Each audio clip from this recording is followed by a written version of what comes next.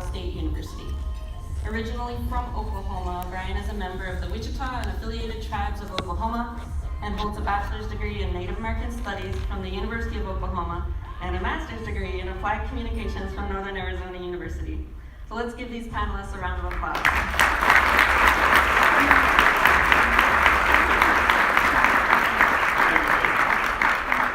I'm excited to be here in my home state of Oklahoma. As Faith mentioned, I'm originally from Oklahoma. I haven't lived in Oklahoma quite some time, but it always feels really good to be home. I'm also excited to work for an organization that feels it's important to advocate for Native American students and putting on this program for the past 12 years. I've got a lot of excitement today because I'm also really, really excited to be sitting up on stage with this group of individuals, some amazing people, and I know that they're going to really let you know how amazing they are through the course of this panel. What I want to do right now is have them start by introducing themselves. Tell us your name, your tribe, where you are right now professionally or academically, and a little bit about the journey on how you got there. Let's start with you, Rachel. Hi everyone, my name is Rachel Ensing. I'm a member of the Halawassaponi Indian tribe, originally from North Carolina. I currently serve as an educational advisor with the Jack Kent Cooke Foundation. We provide scholarships for high-achieving students with financial need. And so I've actually been at this job since I completed my master's degree. And back in 2016, I was an intern while I was completing my master's degree in higher education with a focus in enrollment management. Excellent. Ashley. Osio, and good morning everyone. My name is Ashley Dawn Anderson. I'm a member of the Cherokee Nation of Oklahoma, and I'm from Tahlequah, Oklahoma. I just graduated with a degree in history and literature from Harvard, and I was an intern last summer. This summer I'm going to be teaching at an arts camp that the Cherokee Nation is putting on in Tahlequah, and preparing my application materials for law school. I want to do environmental tribal law. Kendall. Jag är Kendall Harvey Dashijane, Twitchini Nation, Ashiki Bashishini, Kia Ani Dashiche, Toglin Dashanella, Kotalkin Nation, Zafnal Dan Nashan. Hello everyone, my name is Kendall Harvey. I am Bitterwater clan, born for the Salt People clan. I'm Navajo. I grew up in Zafnal Dithli, or what we call DZ for short, but from New Mexico, from Navajo Nation. And I also just recently graduated college. I went to Columbia University in New York City. I studied basically Native American Studies and Education Studies. But now, I guess in terms of professionally, so I just graduated like 2 weeks ago on May 22nd.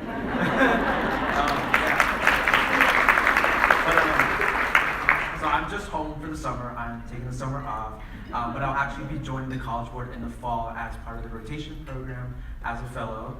But yeah, that's me at this time. Courtney. Aloha and good morning. My name is Courtney Kawano and I'm a native Hawaiian. I was born in Hilo, Hawaii, and I grew up in Nanakuli and Kapolei on the island of Oahu. I'm a 2018 graduate of Dartmouth College and a member of the 2017 Native cohort where I worked in New York with the Springboard Department. Currently, I am a member of Teach for America Hawaii, and I'm very happy that I was able to complete my very first year teaching 10th grade English at KL High School in the Puna District on Hawaii. And I'm actually really happy to be back in Tulsa. I actually completed my institute over the summer last year, right here in Tulsa, Oklahoma. So I'm very happy and blessed to be back. Gat She Megan Tommy Nisha, Sentna Jane Nishlin, Dona Kadine Ebashishin, Sendrikine Edashiche, Lana Ahasana Det Nasha. Hi everyone, my name is Megan Tom. I am Navajo from the Navajo Nation in Cameron, Arizona. And I graduated from Arizona State University in spring of 2018. And currently I am the first Native Rotational Fellow at the College Board, and I currently work in the College Readiness Assessments, working on our PSAT related assessments as well as our scholarship partnerships. So shout out to our scholarship partners. And I was also an intern in 2017. So I had the good fortune of working with a lot of these amazing individuals. And it's also brought me to incredible opportunities in places such as Tulsa. I was really happy to be in Tulsa because y'all had like a Whataburger, and I was like, yes, there's some Whataburger. So yeah, I had that last night. So it's really great to be here in Tulsa. As a former resident of Oklahoma, I have to counter that with Brahms, because that's my Okay. As you heard, they're all pretty recent graduates from college, but two of them are very recent grads. So before we get into talking about the guidebook, I wanted to ask the two most recent grads a little bit about how they got to college, what role your community or your family played in your decisions in going to college. And I'll start with Kendall. Okay. So for sure, family and community was the driving force as to why I decided to go to college. I could not imagine going to an institution where like the purpose wasn't for them, or like I wasn't thinking of them as I was away. But I think it's like a typical journey, a typical motivation for our Native students going to college. But for me, it was like recognizing that like within my own community, within my family, not that many people went to college, and seeing that as an opportunity for myself to be kind of to show up for my family in a different way. There's much more I could say about the importance of my family and my own community as to what they did for me. But for sure, like the grounding part of why I want to go to college and everything. But yeah. Excellent. How about you, Ashley? You're a week out from graduation. So my family was very central to my college application process and like going through college. My parents and grandparents were very supportive of whatever I wanted to do, but they didn't like push me to go to college at all. Like they just wanted me to be happy and follow what I wanted to do. I wish they would have pushed me a little harder because I didn't start thinking about applying to college until August before senior year of high school. So I was very behind on all the application materials. I missed so many scholarship deadlines. I only had a few months of researching the colleges I wanted to go to, but they all were very helpful in helping me research and make decisions. So were my teachers and mentors at high school. So they were very central. I would have been way too overwhelmed to have finished anything if I had to do it on my own. Excellent. Rachel, you were in the first cohort of the Native American interns at the College Board, and it was that cohort that decided to create a guidebook. Why did you want to create the guidebook?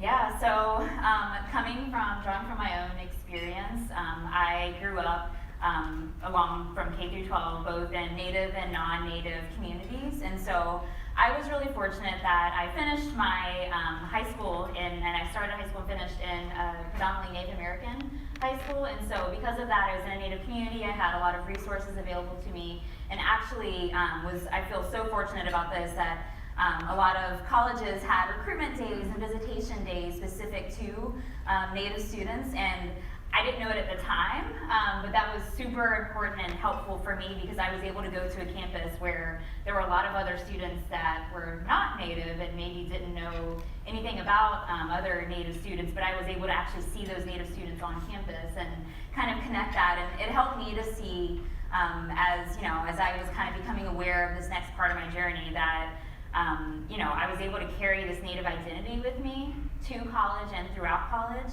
And so it actually also really influenced my decision to eventually work in education and higher education, because I began to see and realize that not everyone's experience was the same. And, if you don't have those opportunities, if you're not, lucky enough to have, certain resources available to you, how do you know to find these certain things? And so for me, one thing I actually found out about was a Native American sorority, Alpha Pi Omega, which if you've looked at the guidebook yet, I do mention that as something that I identified as something I really wanted to join, and for me, I knew that if there was a sorority on campus, that meant that there were Native supports on campus and there were people on campus. So I kind of knew that was the way I wanted to do it. So my other interns at the time, we really wanted to create that guide for other Native students, not just students, but also their families and other practitioners like yourselves who help them through that process to help identify some of those things that maybe you don't think,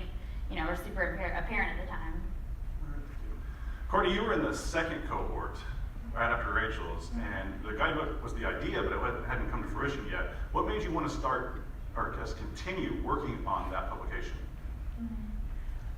Well, I think, and I really want to commend Rachel's cohort, and I know some of the other members are actually here with us today, on just creating such an amazing foundation and an actual digital skeleton of what the guidebook could look like and what it could include, and just making it so easy and natural for us future members to be able to add our input and to have this platform to share our stories and our experience so that it could become a actual published resource and tool for students.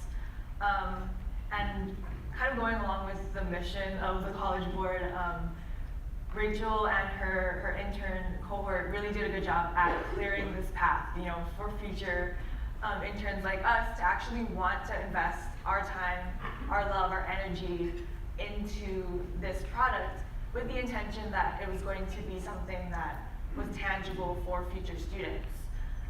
One of the issues that the second cohort encountered was the very real fact and the reality that many Native students don't have access to internet, for example, in especially really rural areas.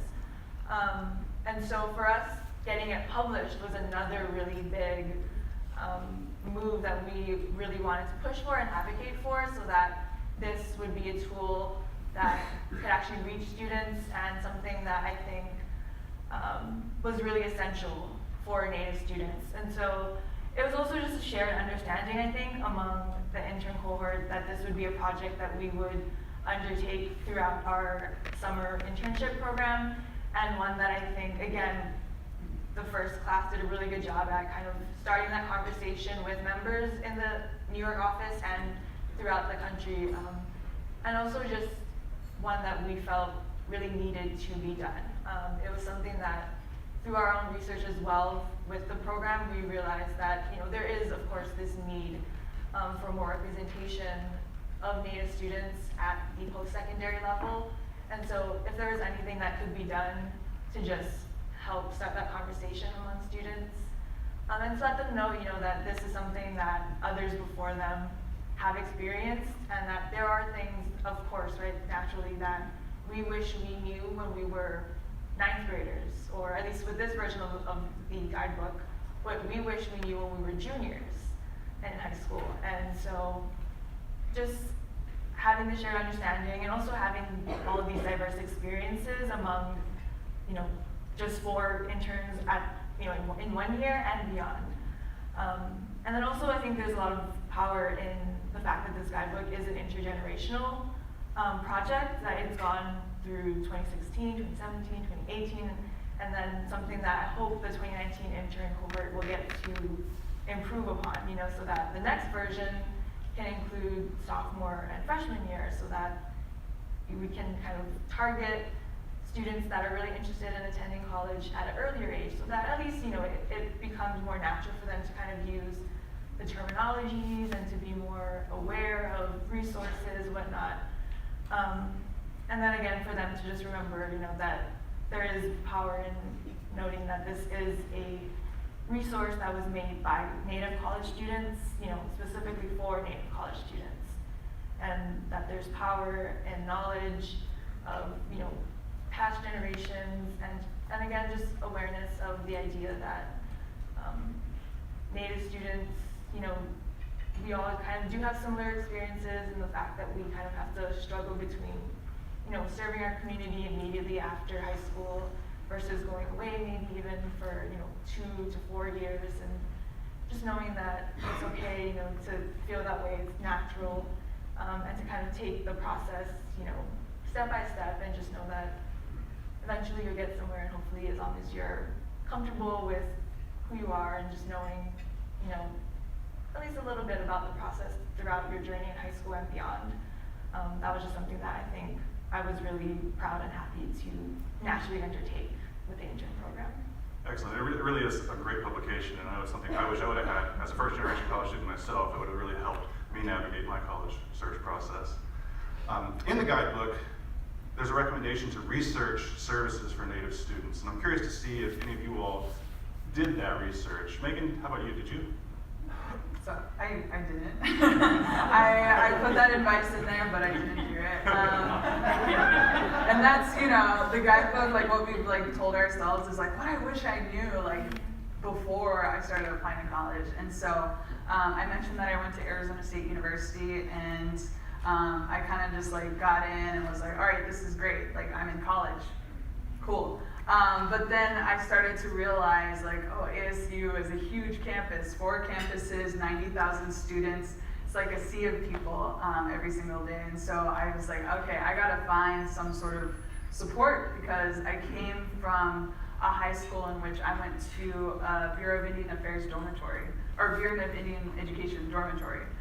So I was surrounded by Native students, and throughout my whole entire college going process, Native students were around me, and we were talking about these ideas and struggles that we were having about like financial aid and what that meant, but we didn't think services until we actually got to the place. So really trying to figure out like what exactly is specific to my campus was very important. So I did what any, I guess, millennial or anybody would do, and fired up the old Google, typed in Native student ASU, American Indian student ASU, Indian ASU, and found all of these different resources and opportunities. One that specifically was American Indian Student Support Services, which was really great, but also things that were very specific to what Native student support was, and even what programs there were. I did not know about ASU Law School, and that there was an Indian legal program, and all of these different facets of the university, as well as nationally. Nationally, you figure out like, oh, there's a National Indian Education Association. There are different aspects of support that are there on the internet and readily available. So that was extremely important, but also utilizing that search and utilizing that research that I did on my own. I started to figure out like there are people who are Native who are doing things that are on campus and specific to ASU. So I thought like, you know, maybe I should get in contact with these people. Maybe I'll run into them, remember their faces. And eventually I did, and that led me to meeting Dr. Amanda Taccini, who is an esteemed education advocate today, and who does incredible work. But I actually met her at a student event in line. We were in line to meet somebody important. And I was like, oh, there's this lady in front of me, like maybe I should talk to her, like she looks familiar. And it turned out to be the greatest decision and turning point in my life, because she's the person who led me to really go down that educational pathway, as well as understand what exactly I wanted to do in the future, and really gave me that space and time to really explore what my options were in college, and to really understand like, okay, if you want to get into education, this is where you start. And so then that was sort of like a domino effect of just understanding. And so she was also someone who really taught me about mentorship, student support services. We talk a lot about the actual resources are there, but relationships and mentorship is so important.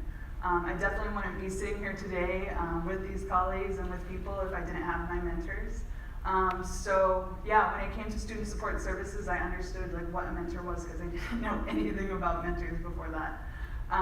But yeah, when it comes to student support services, it's the actual things on campus that are for Native students, but it's also the people. So having the people there are very important, because if you don't have people who come from places like you, like how are you gonna understand the same things? Like she knows that I need a CIB to get my scholarship, so that's like really an important piece to, I think, support on campus. Excellent. Ashley, you mentioned earlier that your timeline was a little bit more compressed. Were you able to have time to do some research for the support services for Native students? Yeah. So I mostly relied on like my community and high school teachers for this, because my parents didn't go to college. No one in my family really did, so they didn't know about like scholarships and stuff. But my teachers were really helpful in directing me to like tribe-specific scholarships. So the most, like what I did apply to was through the Cherokee Nation, and when I was looking for like Native resources more broadly, I found that there weren't many, like especially for what I wanted to do when I was going into college. when you look at like all those scholarships, they're usually for like specific programs like healthcare, law. I wanted to do astrophysics at the time, and there was nothing, so I just like didn't apply to like any really. And then I missed a lot of the general scholarships that people apply to, like College Horizons and stuff, or other like college readiness programs. So my biggest piece of advice is to like start early. So don't wait till August before your senior year. Not wait until August. Kendall, in the guidebook, you talk about visiting Columbia while you were on a visit to NYU, and you discovered something along the way. Can you tell us about that? Yeah, so that story is, I attended College Horizons back in the summer of 2013 when it was hosted at NYU. And College Horizons is a week-long summer program for Native American, Alaska Native, Native Hawaiian students in high school in their sophomore, junior years. And it's essentially a week-long crash course on college admissions and financial aid processes. And so it was at that program that I attended 2 sessions, kind of just like on a whim to go visit the Columbia University information session. But I attended the Columbia University intro session, and I also attended the session about the Questbridge National College Max Scholarship. And I kind of just like, I wasn't really thinking about it. I just like, I'll just go, because like, you know, who knows? Like, it's something to learn. Don't stick to like what I already know. I should learn about something different at this program. So I attended those sessions. I took my notes. I tried to remember all the information I could. When I did the program, I just finished my sophomore year of high school, so I wasn't ready to apply to college just yet. I had another year to kind of wait, but I kept my notes. I tried to remember all the information I could, and then when it came time for my senior year, essentially on August 1st, I was like ready to go and like apply to college and get everything done that I needed to. But it was at College Horizons that I guess I made that discovery of like finding the school that I wanted to go to, which I just graduated from, and also being able to attend that college with the Questbridge Scholarship. And if you don't know what Questbridge is, they provide full ride, 4-year scholarships to low-income students. And like they're partnered with certain schools, and so they allow those scholarships to go to these schools for these students. And that's how I was able to get it done. But also another way I discovered that I made at College Horizons was while it was a week-long like in a workshop on college admissions and financial aid process, it was also my own week-long crash course on how to be a Native student in New York City. And so I found out that like, even though I'm from like the eastern side of the Navajo reservation, like I can live in New York City, and like it's fine, and like I can do it, and like it's possible. But yeah, that's the discovery. Thank you, Kendall. Courtney, I think it's safe to say that amongst all of you, you probably traveled the furthest to go to college, from Hawaii to New Hampshire. I would bet that a lot of Hawaii students travel quite a distance to go to school. In your opinion, what can be done more to help with Native Hawaiian students as they go from Hawaii to the school that they're going to attend? Well, see, if you asked me this question a year ago when I had just graduated from Dartmouth, I would have said, you know, how important it is to really just focus on educating students, you know, and like have, for example, like with this guidebook, you know, it's important to get this guidebook in their hands specifically and to just focus on the student, you know, prepare them, give them as much knowledge as you can about the college application process and what it's like to, you know, live or be in a different state or island even for Native Hawaiian students. But after being and spending a year, you know, in the classroom, I think it's even more important to really look at families and communities. And the reason why I say that is because, at least for me, it was really eye-opening to see how big of a disparity there is in knowledge. And at least for me, I thought it was just, you know, my own personal experience at the time because, you know, I'm a first-generation college student, which I think is really common, at least among Native populations. And so at least for me, I was like, oh, it's just me, you know, my mom doesn't know as much, you know, she was a single mother, and so I was like, okay, it's just kind of my own personal experience. But I saw a huge gap with the students that I teach now, with the 10th graders, and even with some of the seniors that I interacted with at KL High School. at least in the knowledge of what they need as far as resources. And I think at least within Hawaii, the Department of Education is doing a really great job with giving students the information as far as like place-based knowledge and culturally based knowledge, so that at least the students themselves have a good sense of who they are and where they come from. But I think there's like this little gap between like our children, our students, and what their parents know and like what they've been exposed to. And so I think it's really important now for educators and educator advocates to kind of reach out and try and leverage, you know, the knowledge and the resources and tools that parents and communities have and what they have access to. So specifically, at least with this guidebook, I think it's really important and great to, you know, give this out to students, but I also think, you know, something can be done to kind of also share this tool with parents and to at least let conversations kind of get started between students and parents, especially if students are interested in attending college, and, you know, kind of to start conversations with communities and families about, you know, what their students', you know, vision or dream is and how they want to give back to the community. And at least especially with Native Hawaiians, I've seen that there are a lot of potential in this future generation.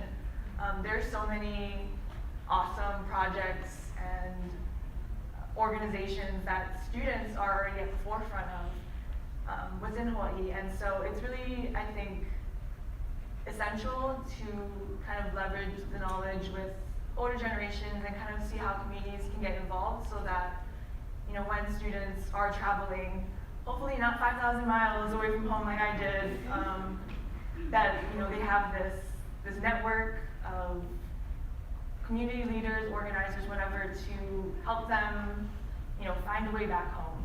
I think that's definitely something that helped me kind of stay rooted.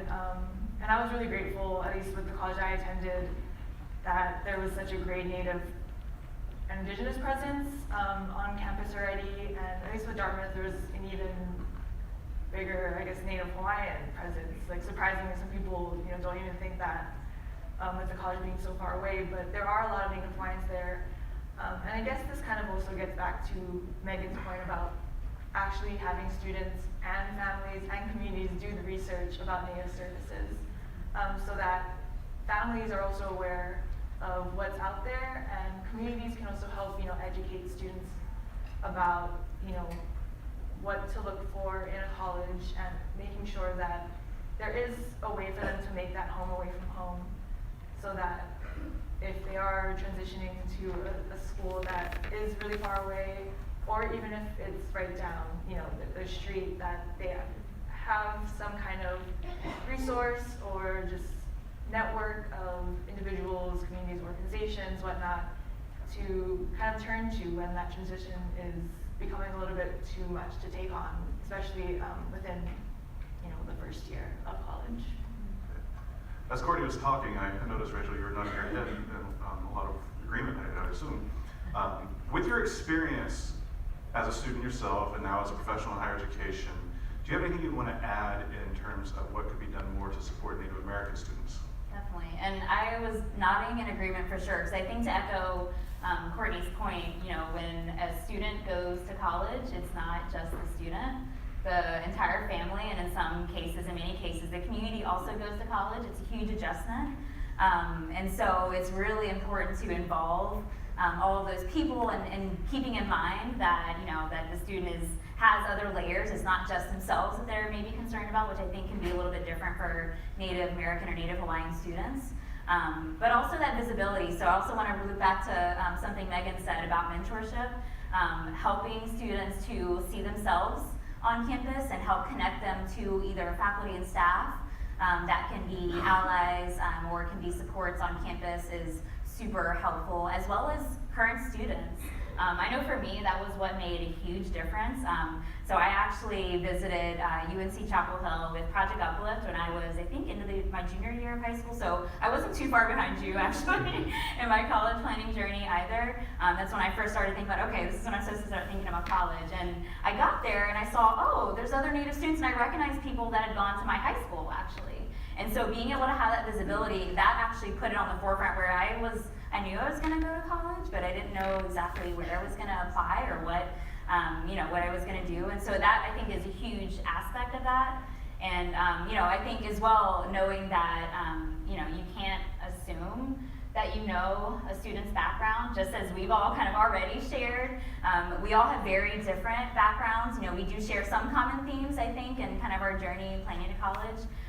But we've come from different communities, we've got different types of support, different goals. And so making sure you do take the time to ask questions as well and, learn a little bit more about students you're serving. Excellent. I want to switch gears a little bit. And this one is something that I've got on my mind a lot because I'm a father of 3, and this is going to be coming up sooner than later for me. And I want to talk a little bit about affordability. College is not inexpensive. So I'm just curious if the cost of college made you face any challenges, and what can be done to help educate students about that cost. So I want to start with Ashley on that one. Okay. So yeah, college is ridiculous right now. Like a year at Harvard can cost like 60 to 70K, and that's just tuition and like room and board. And then there are so many like expenses people don't even think about. I'm from Oklahoma, so I had to pay $500 for flights, for plane tickets every time I wanted to go back and forth to school or to like internships. That's something we don't think about usually. And then there are like books, textbooks can cost hundreds of dollars when you can like basically get them for free online.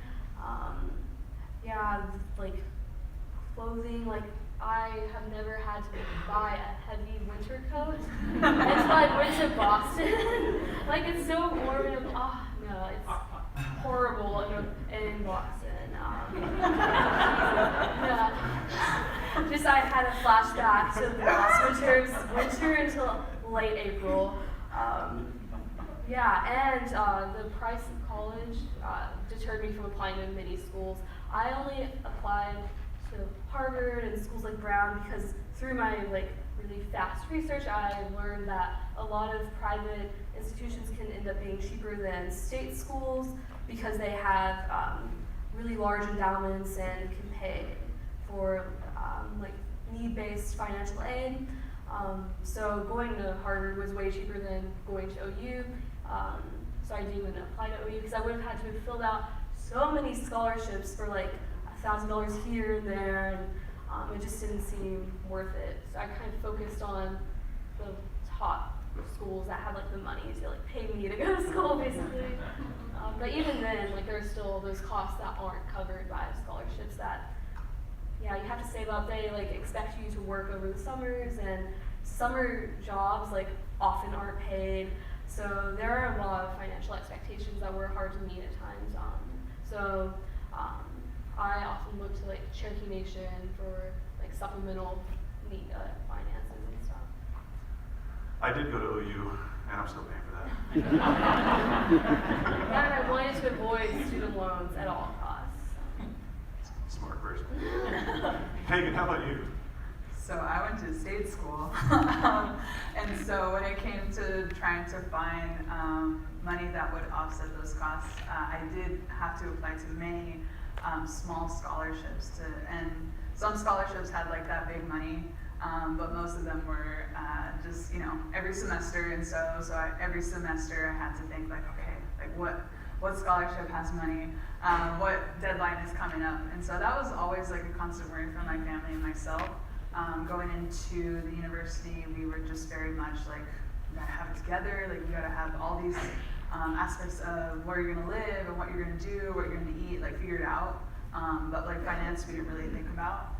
So it really took an honest conversation with like financial aid officers saying like, hey, like we know like this is only like $3,000 that we need to pay, but this is literally what we're doing. We're pawning our jewelry. We're pawning things that we really value and cherish in the expense of education. And that to me was very much motivation for a lot of my scholarship applications.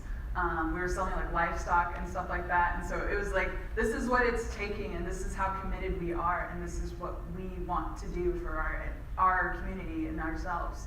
And so after spending a couple semesters at ASU, I started to figure out like, okay, like there are better ways to pay for your college, and really it's scholarships, but it's also utilizing your knowledge and understanding of what exactly institutions provide. So going to my school, like being honest and saying like, hey, I'm not able to pay this. Like, do you have like funds in your department? And people would say like, yeah, we got funds in our department.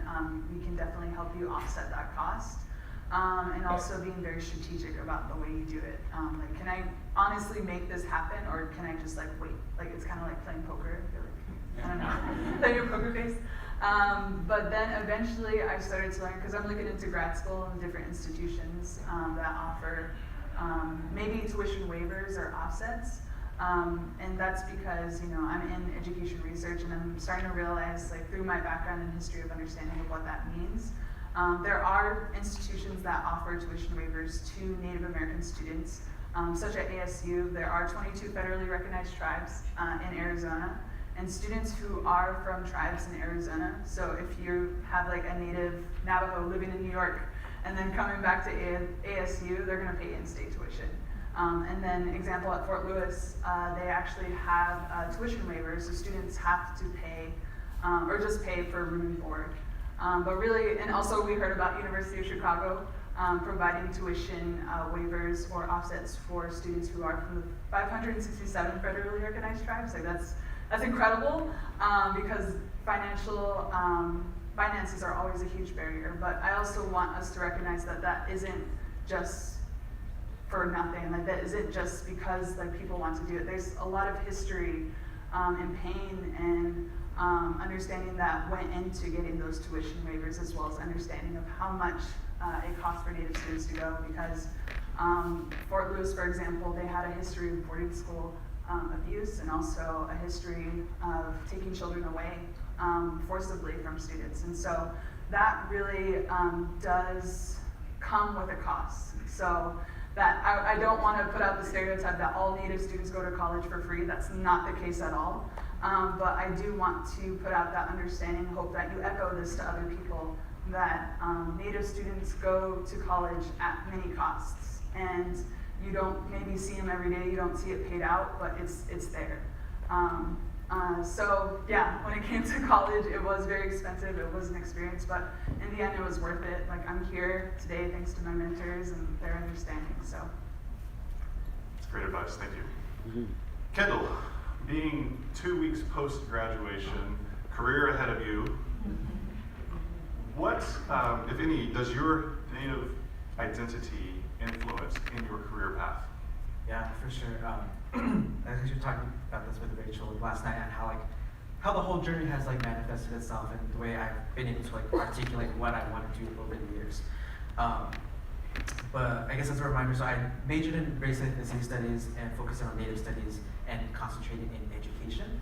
So it was like a weird morph of Native education is what I studied. But one of the things I wanted to reflect on was I took this course in like my sophomore year, and then I had to reflect on my own K-12 experience. And so there's a lot of questions that would force me to think back on my time back in Bloomfield, New Mexico. And that was really interesting because during the time when I was in Bloomfield, K-12, like I wasn't thinking about certain issues, I wasn't paying attention to the articulations of race, ethnicity, such and such, whatever. But I recognized that like there were some flaws in my former school district in the way they interacted with Native students and Native families. And so what I then later like wanted to do was like be able to be in a space where I engage with, or I'm able to advocate for Native students and Native families. And so it's really reflect on my own experiences, all the successes and all the challenges, but I guess also seeing myself as an agent of change and wanting to transform policies and curriculum so that they like are there for our Native students or Native families. But yeah, I think it's everything. My Native identity like influences all that I want to do. Thank you for sharing that, and I want to thank you all for sharing your journeys with us today. But before you leave the stage, I want you just very quickly to give some words to live by, words of advice, words of wisdom as you leave. So, Megan? Yeah, I was thinking about this because they asked me this like last night at dinner, and I was just like, what do I have to say? But I guess I just wanted to leave with like, yeah, just like a hopefulness because I was thinking about how far we've come in terms of our Native, Indigenous education advocates like all across the country. We've done so much, and some days it feels like, oh my goodness, like are we gonna move the needle? Like are we gonna do anything that like makes something move forward? And it is like things are starting to change slowly but surely. I attended Kendall's graduation at Columbia, and I saw like his like nieces and nephews there, and I also saw like families who were from like either Navajo and like other places, and I was just like, they're gonna grow up and this is normal for them. Like we've never had this experience before of speaking in large ballrooms such as this, or being in, you know, tablecloth like places, and being in New York even, and it's starting to become the normal thing, and it's starting to become something that we know is possible. And so I just want to leave you with, I guess, like words of wisdom and insight from like a person who's up and coming. Like I see it changing. I see us being able to find those normal educational, I guess, like words and terminology like within our everyday use. My parents are starting to understand it quickly. They're like, yeah, I know what a FAFSA is. So it's pretty cool, and you know that's gonna change. And so in the future, like my kids or like whoever my grandkids are gonna be like, oh yeah, I already did it. Like I already did my FAFSA.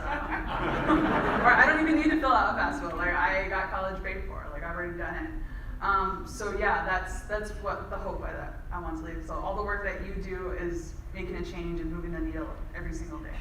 Very nice. Courtney. So my words of wisdom, I actually also spoke to Megan about this last night.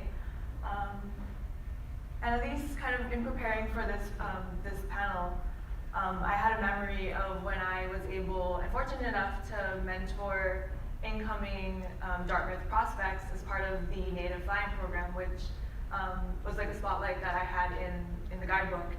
And I was actually really a little bit saddened to see how stressed they were about testing. And I don't want to like start a big controversy with the College Board, but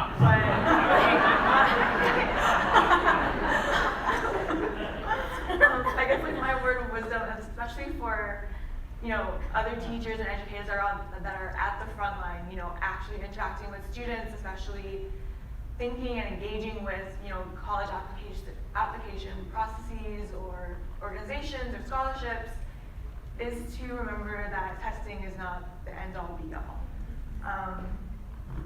I say this because, of course, especially if you go to some colleges, maybe you have a couple interactions with other students that are like, oh, what was your SAT score or your PSAT score? But the number doesn't define you.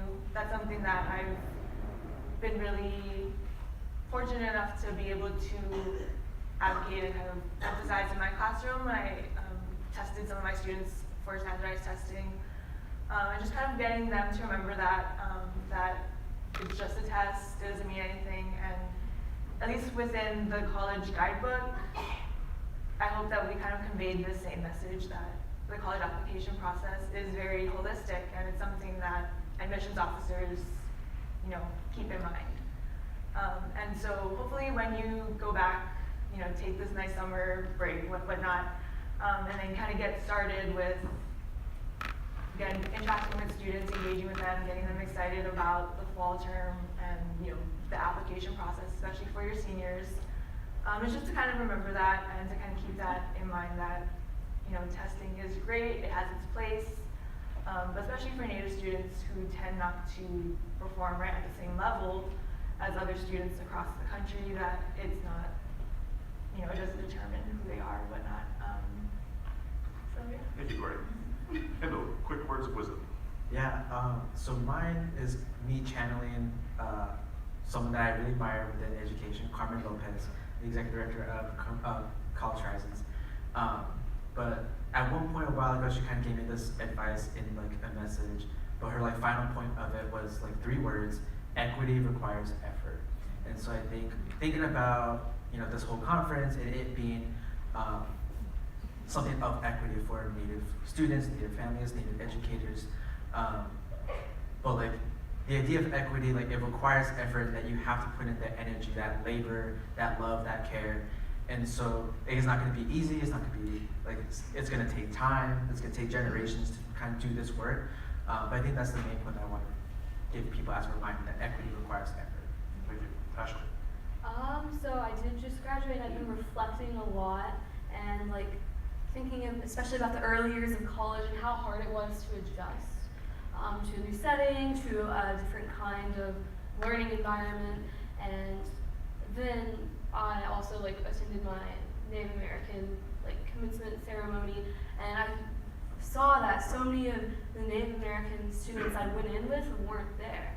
So we've been talking a lot about college admissions, but I think we really need to also think about college retention, because college is very hard emotionally, academically. It's stressful. You're away from your family, and I guess if there were one thing I could wish if there were one thing I wish I had before I entered college, it would be like self-confidence.